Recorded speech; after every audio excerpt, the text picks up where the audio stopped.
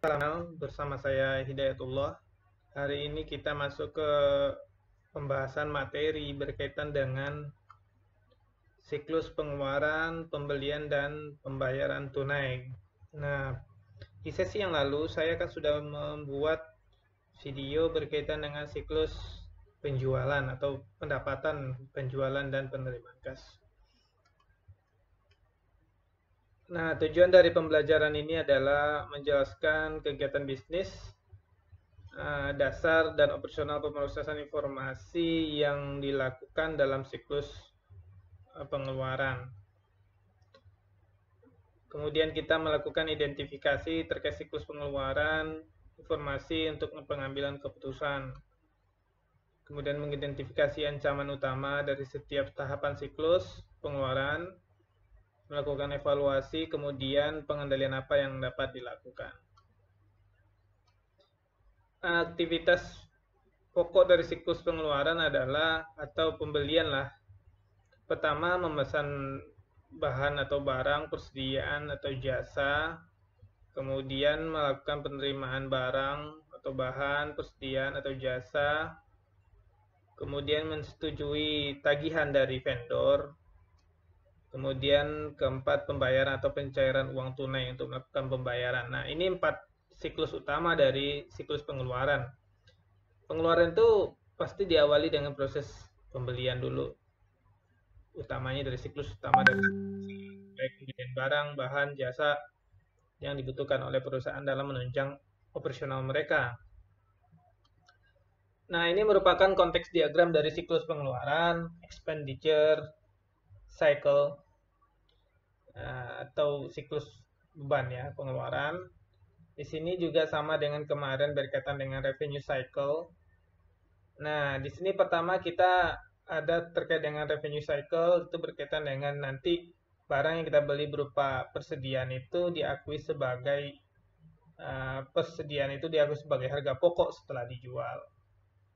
Kemudian berkaitan dengan inventory control ini berkaitan dengan pembelian, kemudian nanti penerimaan barang, kita melakukan pembelian, kemudian terima barang, kemudian kalau departemen lain ini berkaitan dengan supplies. Kita juga melakukan pembelian kebutuhan-kebutuhan supplies dari bagian lain, kemudian menerima barang. Kalau berkaitan dengan production cycle, ini berkaitan dengan bahan baku, raw materials yang dibutuhkan, juga kita lakukan order, pembelian, kemudian penerimaan barang.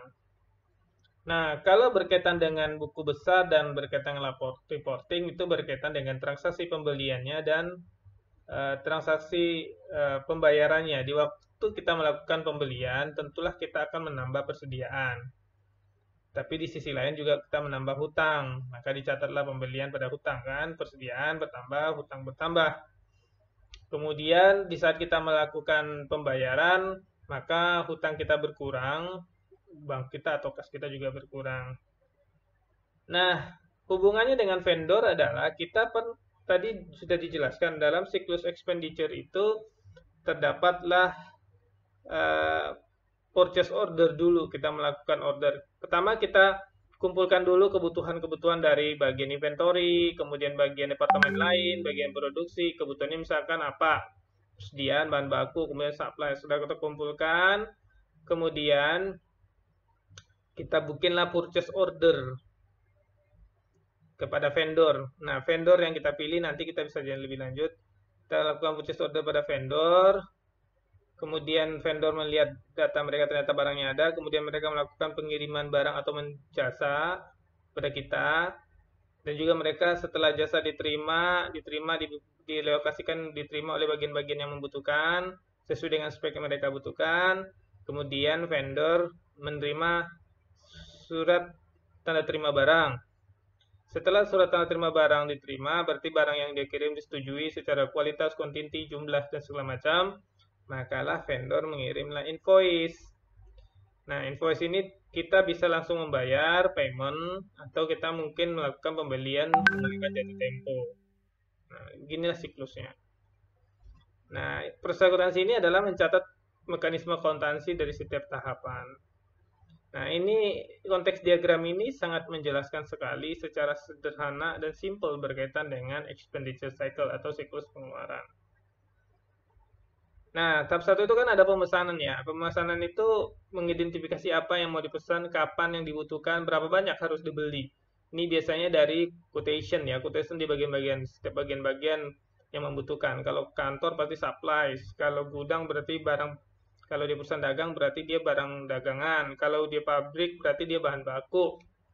Nah, ini berarti kan dilihat dari identifikasi apa, kapan yang dibutuhkan. Kemudian kita baru melihat pemasoknya. Pemasoknya siapa aja? Oh, kita biasanya sudah ada pemasok tetap. Kemudian pemasok tetap ini sudah tersedia barang apa belum? Kalau belum tersedia, mungkin kita mencari pemasok alternatif. Atau pemasok tetap kita ini secara volume tidak memenuhi semua, berarti sebagian kita pilih ke pemasok lain. Nah, dalam pemesanan barang atau jasa itu ada terkait risiko atau ancaman yang terjadi di setiap tahapan ini. Pertama yang harus diperhatikan, barang yang dipesan itu melebihi. Jadi kita kadang-kadang melebihi dari apa yang kita butuhkan. Nah, kemudian membeli barang yang tidak dibutuhkan. Kemudian membeli barang dengan harganya tinggi. Kita sudah percaya kepada satu vendor, kita pesan aja. Padahal vendor lain ternyata ada harga yang lebih kompetitif. Kemudian membeli barang dengan kualitas buruk. Kita percaya sama satu vendor, oke barangnya bagus. Ternyata sebenarnya dia bukan nomor satu misalkan gitu. Atau kita membeli barang dengan barang yang jelek dengan harga tinggi, itu juga ancaman. Nah, untuk mengurangi semua ancaman ini, atau misalkan pemasok itu ternyata pengiriman barangnya nanti biasanya nanti ada hubungan dengan pengiriman barang adalah dia tidak cermat order kita apa, kemudian disiapin apa. Nah, kemudian pembeli dari pemasok yang tidak sah. Nah, ini kadang-kadang memang suka ada ya, bukan dari rekanan dia belinya. Mungkin dari satu dan lain hal yang pertimbangannya kemudian yang mengambil keputusan itu. Maka pengendalian-pengendalian yang perlu kita lakukan yang lain adalah contoh persediaan kelebihan.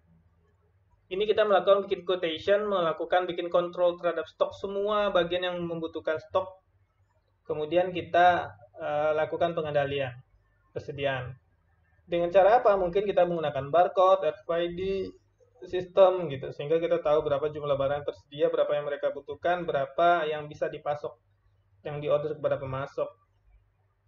Kemudian setiap PO atau quotation ini harus ada pihak yang menyetujui supaya tidak terjadi pembelian barang yang tidak diperlukan. Bahkan mungkin ada juga yang nebengin bahan kebutuhan pribadi. Maka harus ada pihak yang menyetujui. Harus ada daftar harga yang dirujuk sehingga kita bisa mendapatkan penawaran yang kompetitif, bukan mendapatkan harga mahal kemudian barangnya jelek.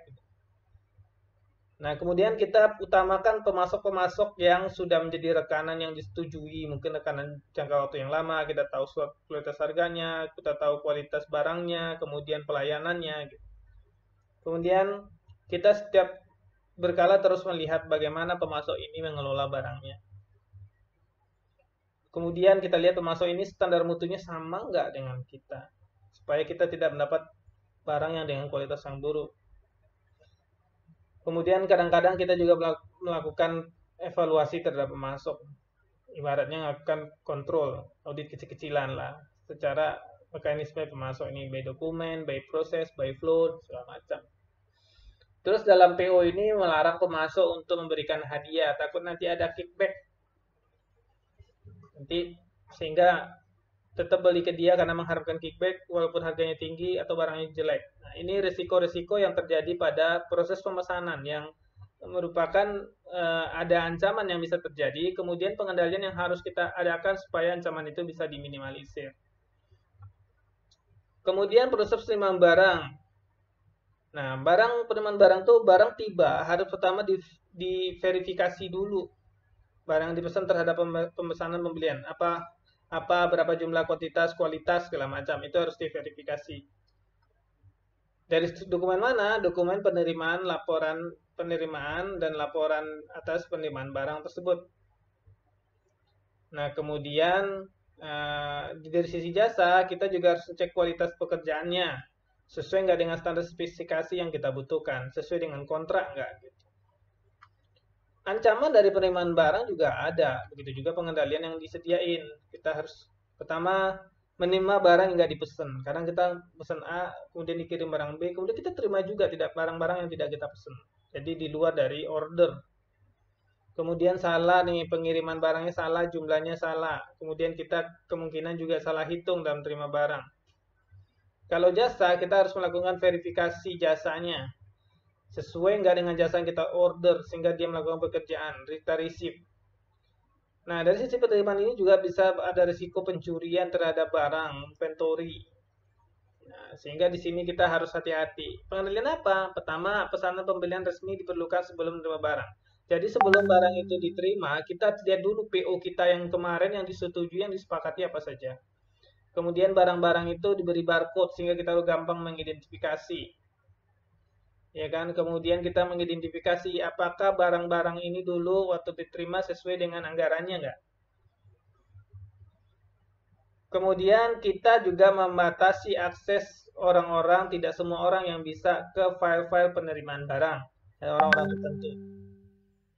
Kemudian semua peralihan terkait dengan perpindahan barang kita harus tahu dokumentasinya dan alurnya. Ini sehingga minimalisirkan ancaman dari penerimaan barang dan jasa. Kemudian berkaitan dengan setelah barang diterima, kemudian si vendor melakukan pengiriman tagihan. Nah, pertama tagihan itu harus kita cocokkan dulu dengan PO, kemudian kita cocokkan dengan barang diterima. Apakah cocok nggak jumlah, kuantiti, harga dengan jumlah yang kita terima? Kemudian berkaitan dengan kemudian setelah kita cocokin, kemudian nama semua kita verifikasi, baru kita setuju bahwa pembelian ini sah dan kita harus melakukan pembayaran. Berarti kita sudah melakukan pengakuan terhadap utangnya, kemudian kita lakukan pembayaran. Ancamannya dari bagian adalah kesalahan faktur pemasok. Pemasok salah kirim faktur, salah nomor faktur, salah nomor PWP kita bisa terjadi. Kemudian risiko lainnya adalah kesalahan posting utang si A ke utang si B. Harusnya kita berutang kepada vendor A, kita membuat vendor B, sehingga utang ini nilai realnya nggak sama dengan kenyataannya. Nah, kontrol yang bisa kita lakukan adalah melakukan verifikasi terhadap faktur-faktur yang kita terima, kemudian melakukan kontrol terhadap entry data, jangan sampai salah input. Terus ketika akhir periode kita melakukan rekonsiliasi, jumlah pembelian, jumlah pembayaran, saldonya sama nggak dengan catat dengan dokumen-dokumen. Nah, setelah disetujui kita melakukan pembayaran. Nah, misalkan kita mendapat tempo, kalau dibayar 10 hari, kemudian kita mendapat diskon. Padahal kita punya uang tuh dalam 10 hari. Ngapain kita harus bayar di atas 10 hari? Karena kalau dalam 10 hari kita kan mendapat diskon. Sehingga kadang-kadang kalau kita tidak kontrol pembayaran ini karena kita lewat dari masa diskonnya. Itu sangat disayangkan. Terus kita juga kadang-kadang ditagihkan barang yang kita tidak terima. Ini mesti hati-hati. Kalau dari awal tadi dicek secara rapi, maka di proses pembayaran ini tidak terjadi. Kedua, terjadinya pembayaran rangkap. Pembayaran dari invoice-invoice yang lain yang sudah numpuk, yang sudah pernah kita bayar, kita bayar lagi. Kemudian di sini juga karena berkaitan dengan pembayaran, juga bisa terjadi lapping, skimming, berkaitan dengan uang tunai yang dipergunakan untuk pembayaran.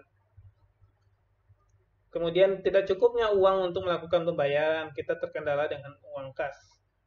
Nah, pengendalian di sini bisa kita lakukan adalah berkaitan dengan file faktur menurut tanggal jatuh tempo. Nah, ini sehingga kita bisa memanfaatkan diskon ya. Wah, kalau pembayaran lebih kurang dari 10 hari dapat diskon sekian. Nah, sehingga kita bisa memanfaatkan. Jika saat ada uang, kita prioritaskan itu dulu. Kemudian kita cocokkan faktur pemasok dengan tanda terima, dengan PO kita apakah sudah cocok sebelum melakukan pembayaran. Kemudian ada pembatasan ruang lingkup atau tugas antara penerima barang dengan pembelian dengan bagian pembayaran serta bagian akuntansi yang melakukan pencatatan. Nah, itulah gambaran dari proses proses dari expenditure cycle atau siklus pengeluaran ya, yang bisa kita pahami bahwa proses ini terus berlanjut di dalam sebuah perusahaan yang kemudian dilakukan secara terus-menerus sehingga perlu dilakukan pengendalian, perlu dilakukan pengecekan, perlu melakukan rekonsiliasi, perlu selalu memperbarui data, selalu melakukan lagi negosiasi dengan vendor, sehingga kita mendapatkan harga yang kompetitif, sehingga biaya kita dalam hal melakukan pengeluaran juga bisa lebih efisien. Sekian materi yang saya sampaikan secara singkat. Untuk detail penjelasannya bisa dilihat di web akuntansi ORID berkaitan dengan pembahasan ini. Assalamualaikum warahmatullahi wabarakatuh.